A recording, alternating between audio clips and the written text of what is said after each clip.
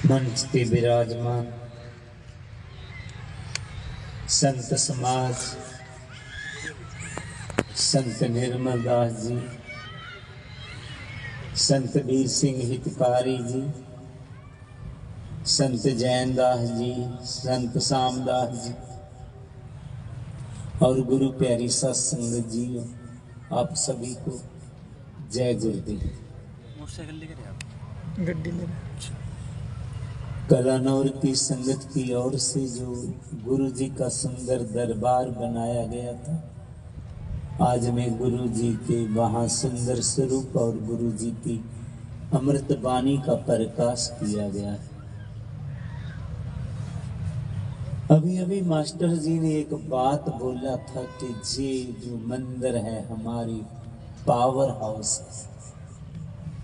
वाकई बात ठीक है जी। जो हमने गुरु स्थान बनाए हैं, जी नहीं है हमने जहां पर गुरु जी को बांध दिया है, इसलिए बनाए जाते हैं कि हम गुरु जी की वाणी को जान पाए। गुरु जी की वाणी के साथ जुड़ने से हमारे जीवन में कैसा परिवर्तन होता है, इस वाणी में गुरु जी ने कहा, तुम चंदन हम रिंड वापरे, संग तुम्हारे वासा, नीच रूखते ऊंच पे हैं, गंध सुगंध निवास। इस वाणी की पंक्ति में गुरु जी ने दो वृक्षों की बात कहा है, चंदन और रेंड, दोनों ही वृक्ष हैं, लेकिन इनकी लकड़ी की कीमत में जमीन और आसमान का फर्क है, बहुत अंतर है। जो चंदन है उसकी लकड़ी सुगंधित होती है, बाजार में हम खरीदने के लिए जाते हैं तो ग्रामों के हिसाब से मिलती है, उनका बहुत कीमती सामान बनता है। पहले उनकी चौकियां बनती थी, श्रृंगार बक्स होते थे। आज भी बाजार में चंदन का साबुन, चंदन की अगरबत्तियां, चंदन का कहीं कहीं चूड़ा गिफ्ट हाउसों में मिलता है, बहुत महंगे मूल्य का। चंदन देसी दवाइयों में इस्तेमाल किया जाता है और चंदन हिंदू पूजा सामग्री में विशेष स्थान रखता है, इसीलिए चंदन की बहुत ज्यादा कीमत है। और जो रेंड है जे आम ही वृक्ष हो जाता है, इनकी लकड़ी बड़ी नाजुक होती है, ना फर्नीचर बनता है ना इमारती सामान, जहां तक जे जलाने के काम में नहीं आती तो बिल्कुल बेकार सी होती है, इसकी कोई भी कीमत नहीं होती। गुरु जी ने पहले जे प्रभु को कहा है, लेकिन आज दास गुरु जी को जे पंक्तियों के साथ संबोधन कर रहा है। गुरु जी आप वो चंदन की तरह थे, बहुत खुशबूदार, कीमती थे, कदरदान थे। हम रिंड वापरे, हम रिंड की तरह थे, जिनकी समाज में कोई कीमत नहीं था, कोई कदर नहीं थी, जिस सच की बात। जब से हम गुरु जी के साथ जुड़े, हम चंदन बन गए। मुझे बात कभी कभी याद आ जाता है, आज से 25 साल पहले महाराज वीर सिंह हितकारी जी और संत निर्मल दास जी उसी इलाके में गए हैं। जम्मू कश्मीर का इलाका है, रजौरी डिस्ट्रिक्ट है। आज से 25 साल पहले जब मुझे वहां बुलाया सत्संग के लिए, तो वहां जब मैं पहुंचा, सभी घर माटी के बने हुए थे, गंदगी गलियों में बिखरी हुई थी, घरों में भी गंदगी थी, सभी के मैले कुचैले कपड़े थे, और नहाना तो बहुत दूर की बात, फेस भी किसी ने साफ नहीं किया हुआ। जब सत्संग पंडाल में गए तो जैसे आप बैठे हैं वैसे वो नहीं बैठे थे। वो 10 लोग इधर, 5 लोग इधर, 7 लोग उधर, आपस में मुंह लगा करके, और पांव के पार चौकड़ी लगा करके कोई नहीं बैठा हुआ था। सनकार जी हैं, वो कहने लगे महाराज जी सत्संग शुरू करो, मैं सुनाऊं किसको? अरे सुनेंगे महाराज जी, सुनेंगे, शुरू करो। मैं सत्संग शुरू कर दिया, उन्होंने सुना, वो आना जाना शुरू हो गया। आज वहां पे 7 तारीख को शोभा यात्रा हो रहा है। आज से 5-6 साल पहले जब मैं गया,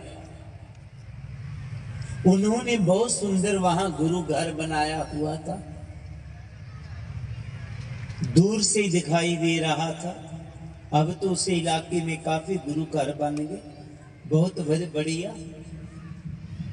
जब उसी गांव में गया जहां गंदगी ही गंदगी थी, कच्चे मकान थे, सभी पक्के मकान थे, और गलियां इतनी साफ सुंदर साफ की हुई थी जैसे किसी ने रुमाल से साफ कर दी। जब हम सत्संग पंडाल में गए तो सभी कतारों में बैठे हुए थे, ऐसे जैसे किसी राज मिस्त्री ने वो जैसे वो सूत में ईंटें खड़ी कर देते हैं ना, ऐसे। पहली दफा जब मैं गया तो 50% से ज्यादा लोगों से देसी शराब की बदबू आ रहा था, लेकिन इस दफा किसी के पास से शराब की बदबू नहीं आ रहा।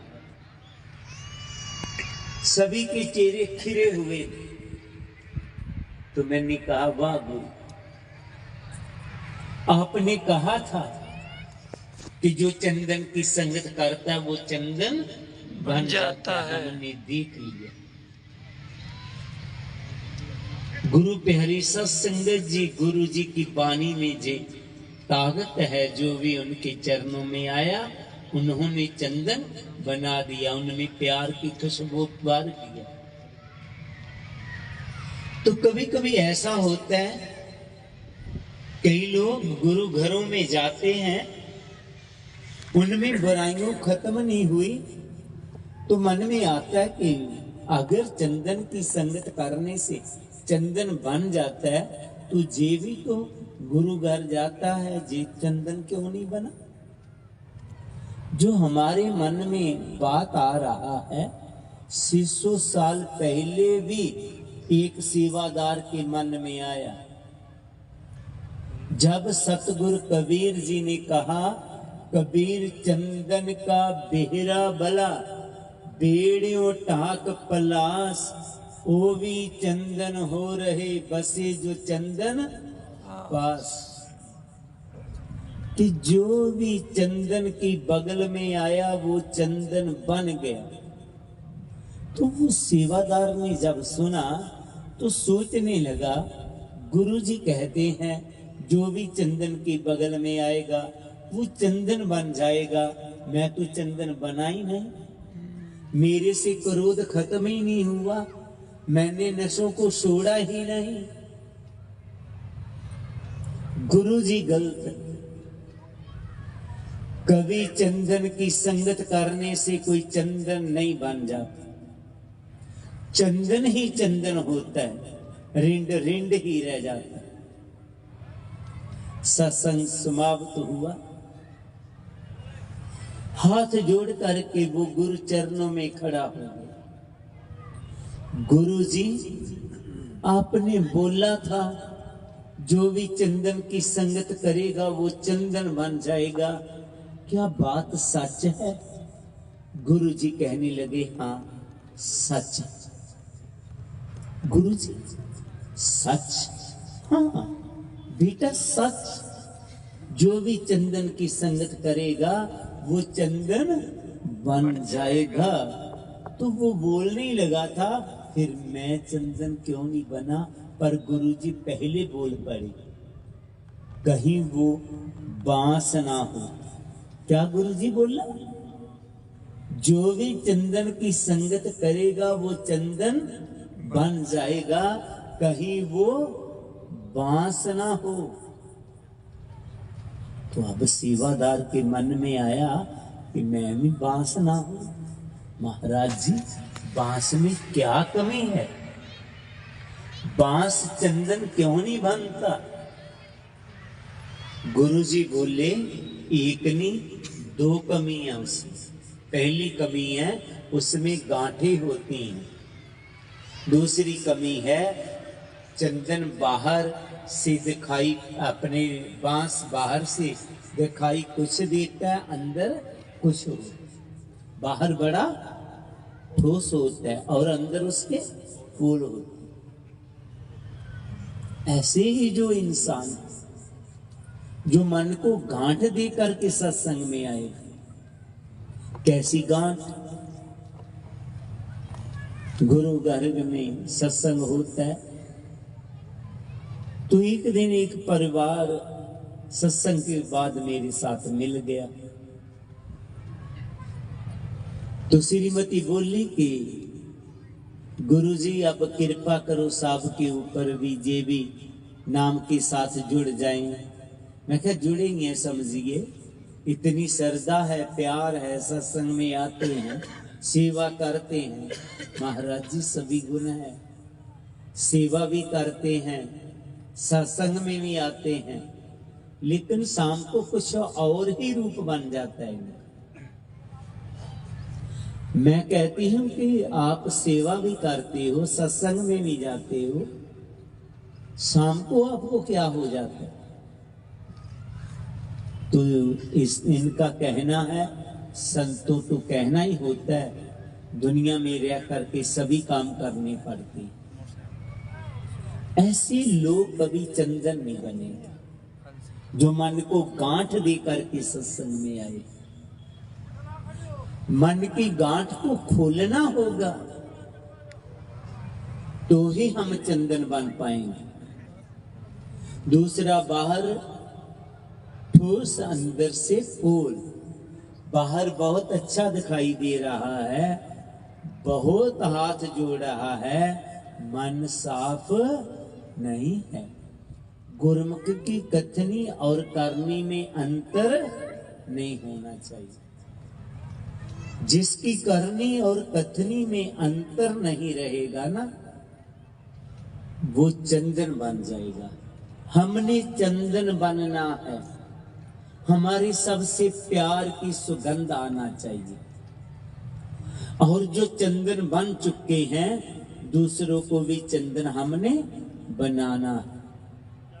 दूसरी पंक्ति में गुरुजी ने कहा, मादेव सत्संगत शरण तुम्हारी, हमें औगन तुम परोपकार। ऐ सतगुरु जी, आप परोपकारी हो, हम अवगुणों से भरे हुए हैं, आप अवगुणों को माफ करते। वैसे लोग अवगुणों को साफ करने के लिए ज्यादातर तीर्थों में जाते हैं। जैसे कि आजकल कुंभ का स्नान चला हुआ है, बहुत से लोग कुंभ के स्नान को जा रहे हैं। उनका कहना है कि स्नान करने से मन की मैल खत्म हो जाएगी। पर एक बात याद रहे, पानी स्थूल है, शरीर स्थूल है, हमारे शरीर की मैल को उतार देगा। मन सूक्ष्म है, उसकी मैल, मन की मैल को उतार नहीं पाएगा। इसीलिए गुरबानी में कहा है, मन की मैल न तन ते जात। मन की मैल शरीर को धोने से खत्म होने वाला नहीं। मन की मैल कैसे खत्म होगा?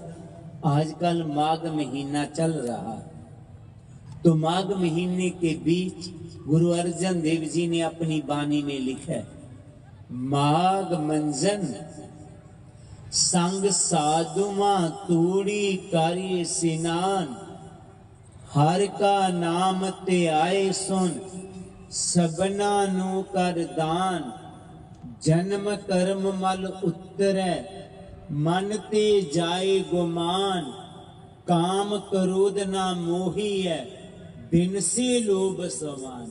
ऐ इंसान, अगर सच्चाई स्नान करना चाहता है तो माघ मंजन, मंजन कहते डुबकी लगा के स्नान करने, संतों की चरणों में जा और सत्संग में डुबकी लगा के स्नान कर। जब संतों के सत्संग में जाएगा तो जन्म कर्म मल उतरै, हमारे जन्मों जन्मों के कर्मों की मैल खत्म हो जाएगा, हम पवित्र हो जाएंगे, साफ हो जाएंगे।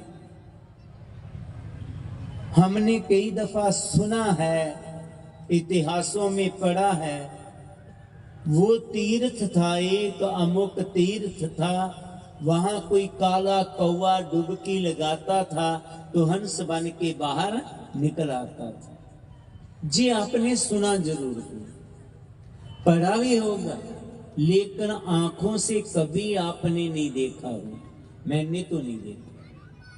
लेकिन सहजो भाई जी कहते हैं, आज तुझे मैं वो तीर्थ बताऊं जहां तू अपनी आंखों के सामने काले कागों के हंस बनते देख सकेगा। क्या बोल दिया? तुझे मैं वो तीर्थ बता रही हूं जहां तू अपने आंखों से काले कागों को हंस बनते देख पाएंगे। वो कौन सा तीर्थ है? सहजो संगत साध की काग हंस हो जाए, तज के पग से अपकस को मोती चुन चुन खाए। काले कौवे का काम क्या है? गंदगी खाना। हमारी भी आदत ऐसी थी, हम भी गंदगी खाने वाले थे, निंदा की, चुगली की और नशों की। जब सत्संग मिला, हंस बन गए। हमारी गंदगी खाने की आदत खत्म हो गया, हम मोती चुन चुन के खाने वाले हो। एक नी दो नी लाखों कौवे जैसे मैंने देखा जो गुरु चरणों में आगे हंस बने। निवेदन रहेगा, जो आज भी कौवे की तरह गंदगी खा रहा है, गंदगी फरोल रहा है, हमने गुरु जी के चरणों में जाना हो, सतगुरु जी की वाणी में डुबकी लगा करके हंस बनना होगा, जी गंदगी खाना छोड़ना होगा। अगर आप हंस बन गए हैं तो दूसरों को भी हंस बनाना, जी हमारा सभी समाज हंसों का समाज बन जाए, हमारे में कोई कौवा ना रहे। जी हमने करना है, हमारे में परिवारों में कोई गंदगी खाने वाला ना रहे, कोई क्रोधित ना रहे। हम गुरु जी की वाणी के साथ जुड़ करके हंस बनना हो। गुरु जी कहते हैं, ऐ माधवे सत्संगत शरण तुम्हारी, हम औगन तुम्हें उपकारी। तुम मुख तूल सफेद सपियल, हम परे जस कीरा। सत्संगत मिल रही है माधव जैसे मधुब मखीरा। ऐसे प्यार से रहने के लिए हमें गुरु जी ने कहा जैसे मधुमक्खी रहती, जैसे उनका प्यार है, उनका प्रेम है, ऐसे हमने प्यार से रहना। कुछ भी हो, प्यार को छोड़ना नहीं। जहां प्यार है सभी बरकतें आ जाएंगी। लोग कहते हैं वो लोग हमें मसल देंगे, वो हमें दबा देंगे। आपको दबा दे, मसल दे। ये नोट है, इसको जितना मर्जी मसल दो, जितना मर्जी। खोलेंगे तो कितने का रहेगा? 500 का रहेगा। इसको पानी में डुबो देना, चीकड़ में डुबो देना, 5 दिन बाद निकाल, इसके 25-30 पीस कर दो, तो फिर कितने का बनेगा? 0। बस आपका कभी कोई कीमत कम नहीं कर पाएगा जब तक आप 500 के रहेंगे। जब आप काटे जाएंगे, आपस में बांटे जाएंगे, तो फिर आपका कीमत 0 हो जाएगी। इसलिए गुरु जी ने हमें कहा है कि सत्संगत मिल रही है माधो जैसे मधव मक्खी। हमने परिवारों में, समाज में, सोसाइटी में प्यार से जुड़े रहना। देखिएगा, अकेला कोई बहादुर नहीं है, जितना मर्जी बड़ा। आप कभी ना कभी बाजार से अंगूर खरीदे होंगे, चाहे तो इसका रेट 150 रुपये हो केजी का, लेकिन कुछ टूट जाते हैं तो उसका रेट कम हो जाता, वो 50 रुपये भी मिल जाते। कभी टूटना नहीं समाज, 50 रुपये वाले नहीं बनना आप। गुरु जी ने जो कहा है, सत्संगत मिल रही है माधो जैसे मधुमक्खी। जो परिवार जुड़ा रहेगा उनका रेट बहुत बड़ा रहेगा, जो टूट जाएगा ना उनका रेट नहीं रहेगा। हम टूटे हुए, गुरु जी बांधने के लिए आए। जब आप बांध जाएंगे ना, एकत्र हो जाएंगे, टूटेंगे ना, तो आपका रेट बहुत ज्यादा हो जाएगा। आप भारत के जो राजे बन जाएंगे। सिर्फ हमने प्यार से रहना होगा। छोटी छोटी बातें होती रहती, इसको छोड़ो। हम गुरु जी के शिष्य हैं, गुरु का सम्मान करना, हम गुरु के झंडे के नीचे एक रहना। ऐसी कुछ भी है, आपने किसी को भी गुरु बनाया, ठीक है, किसी पार्टी से भी जुड़े, ठीक है, लेकिन गुरु के झंडे के नीचे सबने एकत्र रहना है। आखिर में गुरु जी ने कहा है, जाति होसा पाती होसा जन्म हमारा, राजा राम की सेवना कीनी, कही रविदास चमार। जाति होसा कहते निकम्मे, जात पहचान। मेरी पहचान निकम्मी है, मेरा काम निकम्मा है। क्या गुरु जी की जात निकम्मी? नहीं। बहुत सारे विद्वान जहां पर एक धोखा खा गए, उन्होंने कहा कि गुरु जी का जो रविदासिया समाज में जन्म हुआ तो इसलिए कह दिया। नहीं, वो तो कहा था गुरु जी ने, नागर जना मेरी जात बखियात चमारन। मुझे मान है, मैं बहुत मन्नी परमन्नी जाति चुमारा के घर जन्म लिया। चमार को उसने नीचा नहीं कहा। उन्होंने मनुष्य को देखा कि प्रभु ने इसे अपने जैसा बना के भेजा। एक ही एक अनेक होए बिस्तरे हो, आन रे आन भरपूर सो। गुरु जी कहते हैं, जब प्रभु को प्यार आया कि मैं अपने आप को देखूं, जैसे कोई भी इंसान है अपने आप को देखना चाहता है तो किसी शीशे का सहारा लेता है, ऐसे ही प्रभु ने अपने आप को देखना चाहा, मैं कैसे लग रहा हूं, मेरा रूप कैसा है, वजूद कैसा है। तो प्रभु ने मनुष्य को बनाया, एक ही एक अनेक हुए बिस्तरे। अनेकों में अपने आप को देखा उन्होंने। हम सभी प्रभु रूप थे, लेकिन हुआ क्या? जब हम दुनिया में आए, संसार में आए, मेरी संगत पोच सोच दिन राती, मेरा कर्म कुटलता जन्म कबार। मेरी संगत पूचों के साथ होगी। पूच कहते नीच। नीच कौन है? विकार जो हमारे में अहम है, क्रोध है, लोभ है, ये सभी विकार हमें नीच बनाते हैं। इनके साथ हमारा प्यार हो। भगवान रूप थे, अब इसे कोई इंसान में नहीं कहता। जब भी इसकी बात चलता है तो कहते किस जानवर की बात कर रहा है। हम जानवर बन गए। किस कारण? जो हमारी संगत ठीक नहीं रही। हम इंसान के परवरूप थे। हमने शराबियों की संगत किया, हमने विकारियों की संगत किया, निंदकों की संगत किया। आज हम निंदक बन गए, शराबी बन गए, हम क्रोधित हो गए, हमारी पहचान जानवरों जैसी बन गई।